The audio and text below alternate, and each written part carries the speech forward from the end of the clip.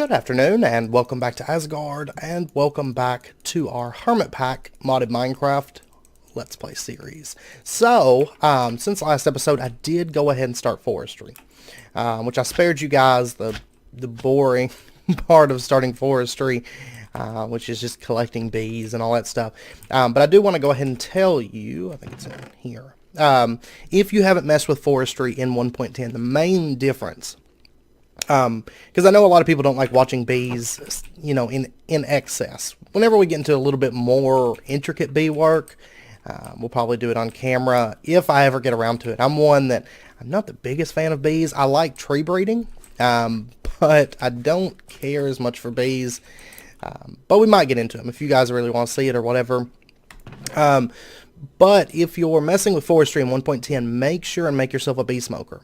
They're very, very easy to craft, just requiring a little bit of tin, flint and steel, sticks, and some leather.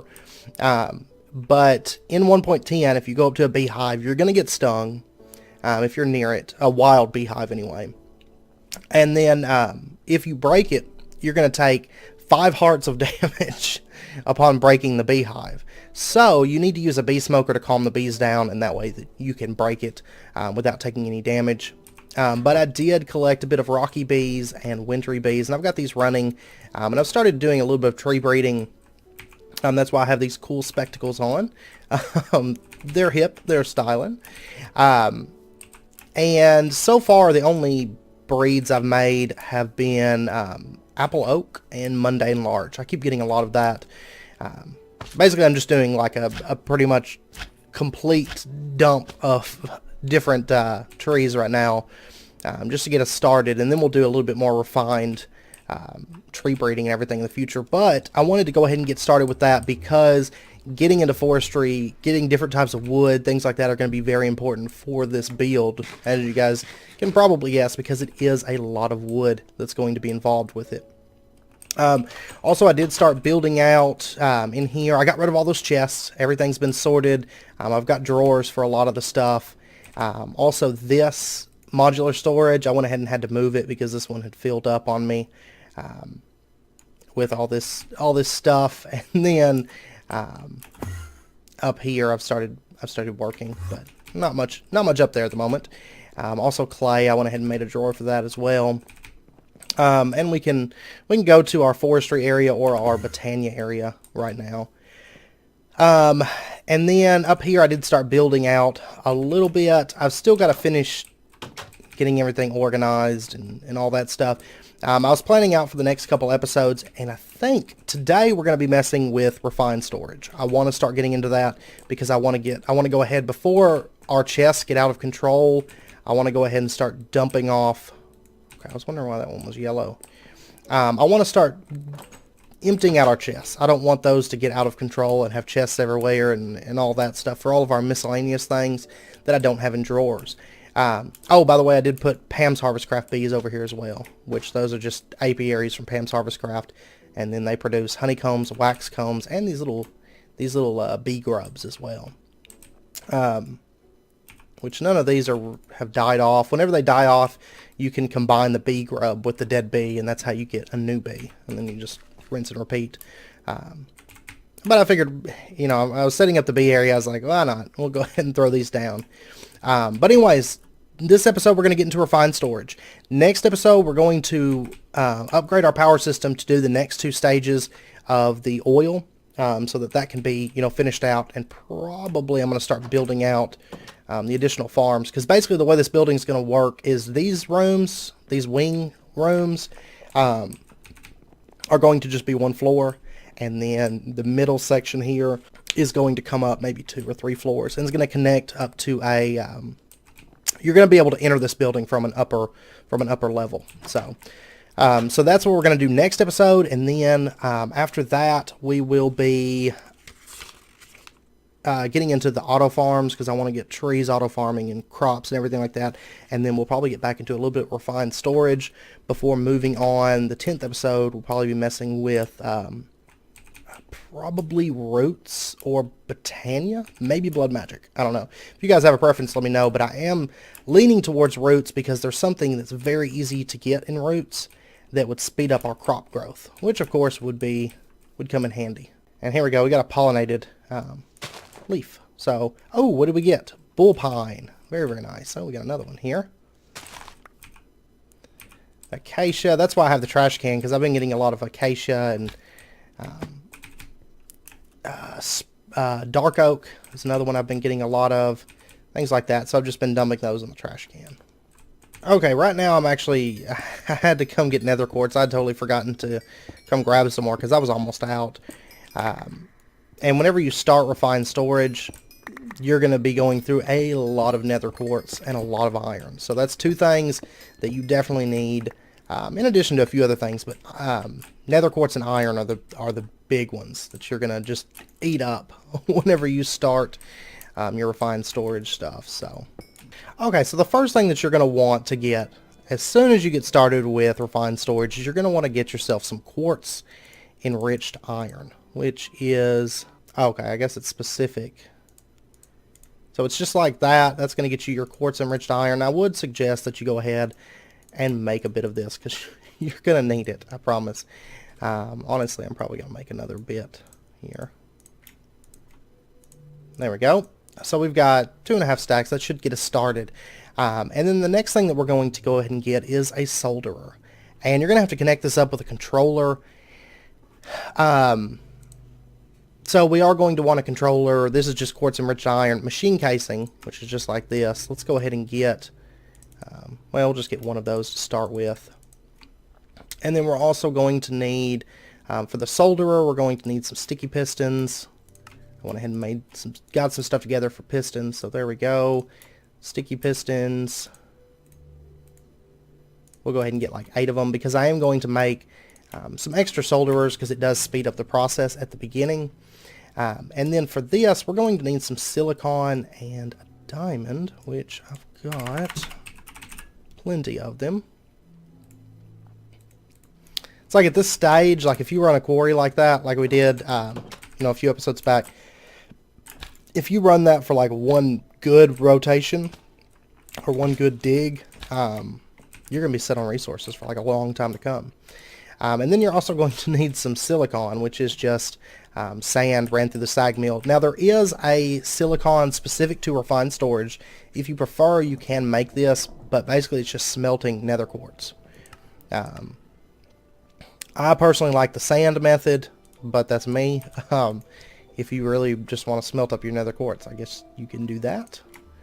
So we'll go ahead and get ourselves our first controller. Now this will need to plug into power. This is what accepts power with refined storage, so we'll just put it right there. And then if we want to bring it out, we can make ourselves some of this cable from refined storage.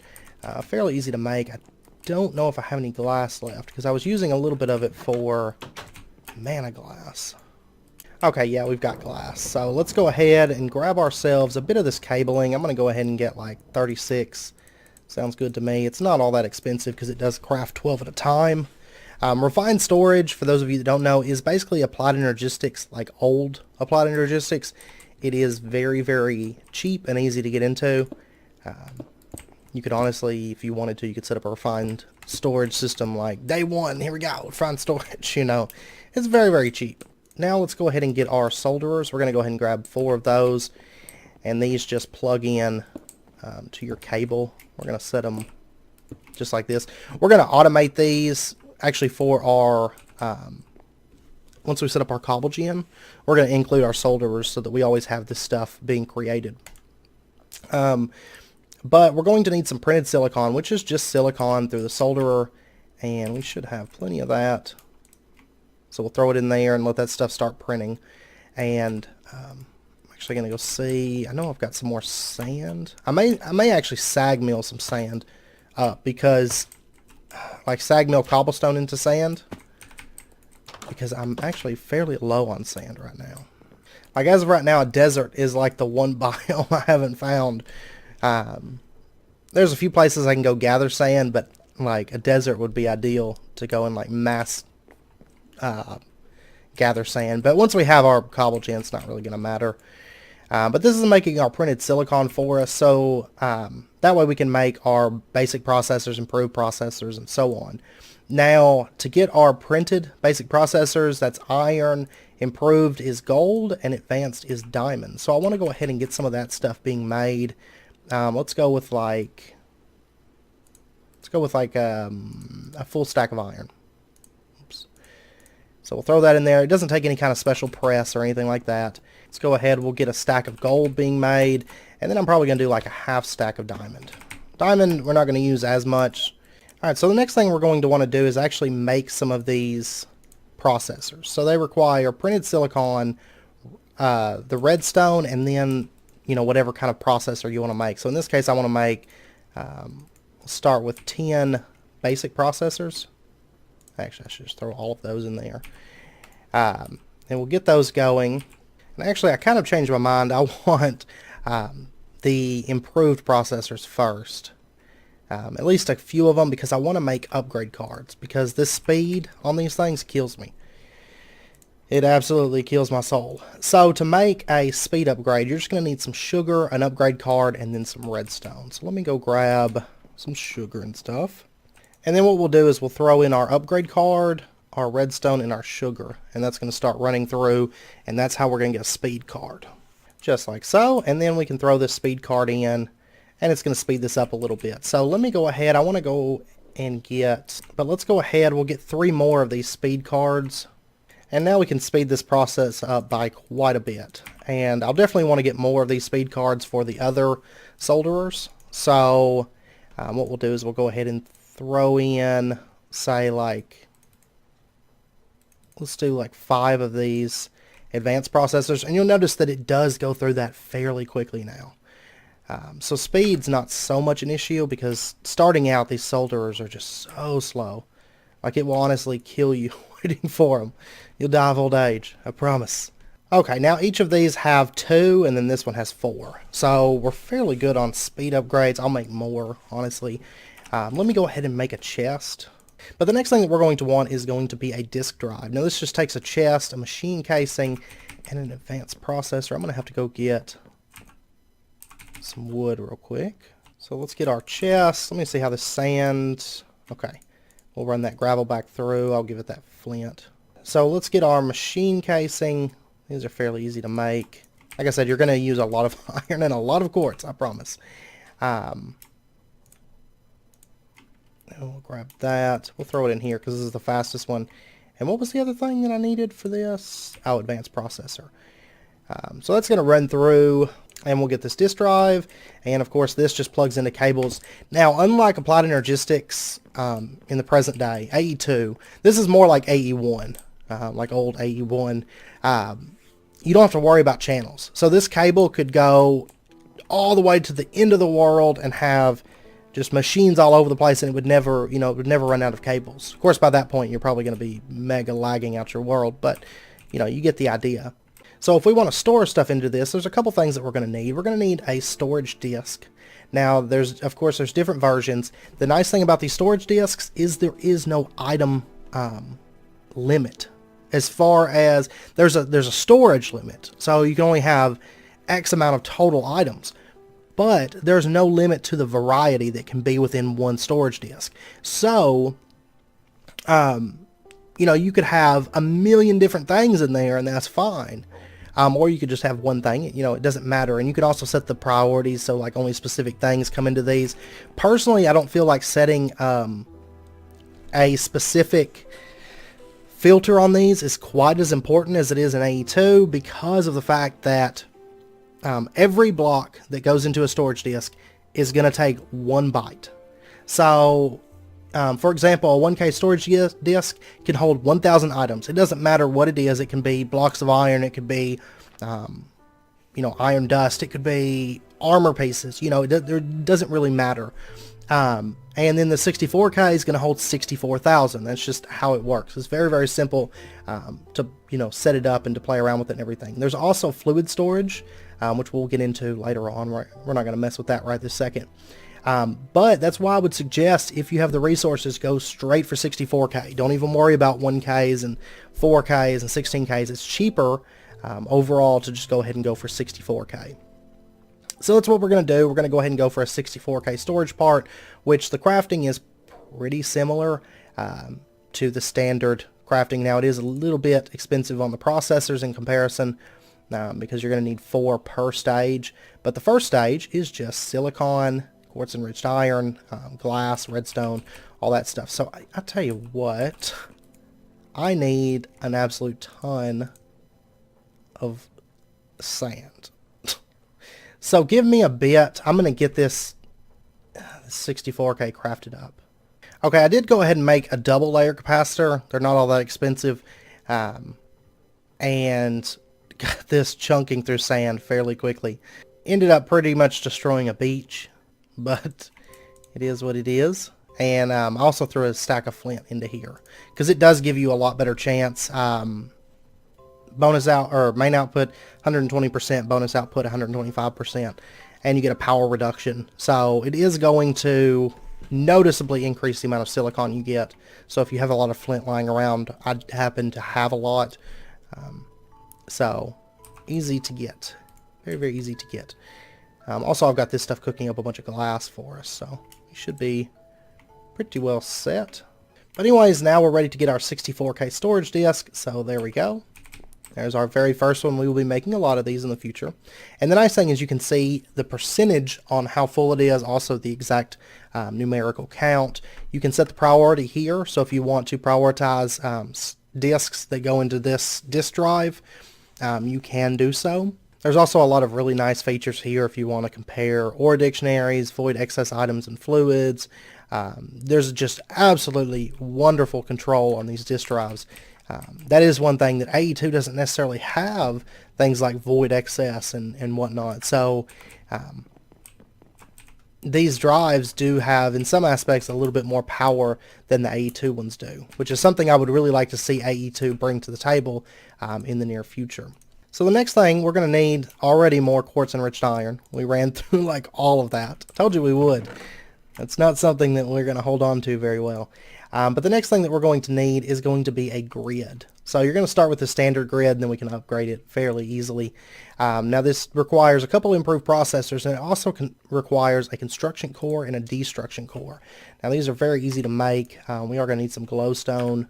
So there's our construction core, and this is our destruction core. Now these are, pretty much the same as the ones from AE2. They're just a whole lot easier to make. That is one very, very nice feature. In addition to many, the thing is I can see pluses and minuses to each storage method. Refined storage and AE2. I will say those two are by far the best. I don't care as much for the Ender IO storage system and stuff like that. I used to do logistics pipes a lot. I did like logistics pipes quite a bit. We'll go ahead and upgrade this to a crafting grid. Now you can also do a pattern grid if you want, fluid grid, crafting monitor. For right now, I'm just going to go with just a standard crafting grid as well. Now I will say that whenever we automate this, we're actually going to use 6 solderers, and then we're going to have 1 for our personal use. So making excess of these is not a problem. Actually, we'll use 7 solderers for our cobbled gen room, quote unquote cobbled gen. It actually didn't want to craft. It wanted to throw the crafting grid up there, but it didn't want to craft that way. So, but anyway, this gets us our crafting grid. Now keep in mind that any of this stuff can connect. Like if I put that on top of the disk drive, it does connect. It's just like AE2. Any of the connected parts do connect to the system. Now I don't believe solderers will. I think that's like the only exception. They have to be connected to a controller or a cable, I believe. But anyway, now we have this grid, and what we can do is we can take all these little junk items and we can throw them into here. And I'm not going to store like our diamonds and nether quartz, things like that. Well, yeah, probably put those into drawers long term. I like the drawer system more for things like that, especially compacting drawers with metals. That's a godsend. I love compacting drawers. Now I'm hoping, in the past when I was on all the mods, there was a really big issue between compacting drawers and refined storage, and also, yeah, it was mainly compacting drawers, where it would just randomly remove a bunch of my metals. So I would have like 20,000 or 30,000 iron, and then next time I'd go to look, I'd have like 6,000, which the end of the day, that's still a lot. It's not that big of a deal, but it's kind of disconcerting, you know, like when your metals are vanishing like that, it's like, well, I don't really like that. But from what I've heard, that's fixed and everything. It was just an old, I think an old API or something like that that was sorted out. But anyway, now we have some items in here. So if we look in our disk drive, you can see it's 629 out of 64K. We can see this will actually start to fill when it gets so much percent full. And the nice thing is if you add more disks to this, because of course this can store up to 8 disk drives. Where's that moaning? Might be under the house or something, or it could be in the walls there. There's like a cave that runs right behind this, so sometimes I'll hear monsters. I may go light it up or something at some point. But anyways, if you throw in more disk drives, this is going to adjust, and it's going to say, like, say this one was 50% full and I threw in another one, then it would be 25% full, you know. So it is going to adjust, and this count is going to adjust based on the total amount of storage within this disk drive. And of course we can craft in this just like AE2's crafting. So I'm throwing together a grid right now, and auto crafting works the same. We'll get into that in the near future. I just kind of wanted to get this, start messing with this mod a little bit today, so we can start mainly storing some of the items that we have, like just a mess of items, over at the house, and I want to start dumping it someplace, to get it out of just the chest, because otherwise I'll end up with 100 chests. I know I will.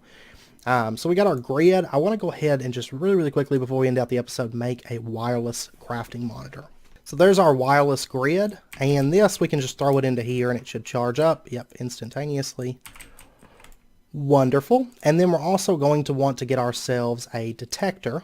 Okay, I didn't mean to make that detector. I don't know what I was thinking. It's the wireless transmitter that we need. I've lost my mind, I promise.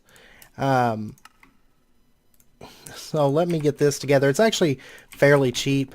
I was thinking that detector, I was like, I feel like this should have an ender pearl on it. And it wasn't until after I finished crafting it that I realized. So this wireless transmitter, let's grab that. Now we're all set. Basically, it's just wireless storage access. And this does have to be placed on a cable, so just a heads up on that. We'll just put it right there. And now, I believe it's shift. Oh no, it's on the controller. That's right. Shift right click on the controller, and that's going to link it up. You'll notice the screen turned on. And now we can access our system. And so we can access this now, and basically once we have auto crafting and stuff like that, we can request stuff to be auto crafted with this, and it's actually really nice. Now this wireless transmitter, if you notice, the farthest it can reach is 16 blocks, so it's not all that far. But what we can do is we can craft these range upgrades. So they just take upgrade cards, ender pearls, and redstone, and those will actually allow us to increase the distance that it transmits. And so we'll throw these into here, and you'll notice now it's 24 blocks, 32, 40, and 48. That's the limit on these wireless transmitters. Now, of course, the cables, of course, you can run them over to the other side of the base and throw down another one or whatever. But now we should be able to... Okay, there's no wireless transmitter in range. Yeah, right up against the wall here, which that's actually perfect, because whenever I move that, I think our refined storage stuff is going to be in the, actually within the tree. That way the wireless transmitter will pretty much cover this entire area, I think. That actually worked out very well. It may not cover right around the edges, but if it comes down to that, that's fine. I don't, it's not that big of a deal. But yeah, so we'll be able to access our system from pretty much anywhere. So that's going to be very handy for us. And with that, I do believe that it's just about wrapping up point. Actually, it's probably a little bit, it probably ran a little bit over. I have a tendency of that, so I do apologize. But next episode, we'll do more oil refinement, and then get into auto farms and all that stuff in the upcoming episodes. So I hope you guys join me for all of that, and I hope you guys enjoyed the episode and are excited about, getting into more refined storage and everything. So If you did, as always, be sure and hit that like button and go ahead and subscribe if you're not already for more daily videos. And until next episode, as always, do take care, stay safe, and I hope to see you guys then.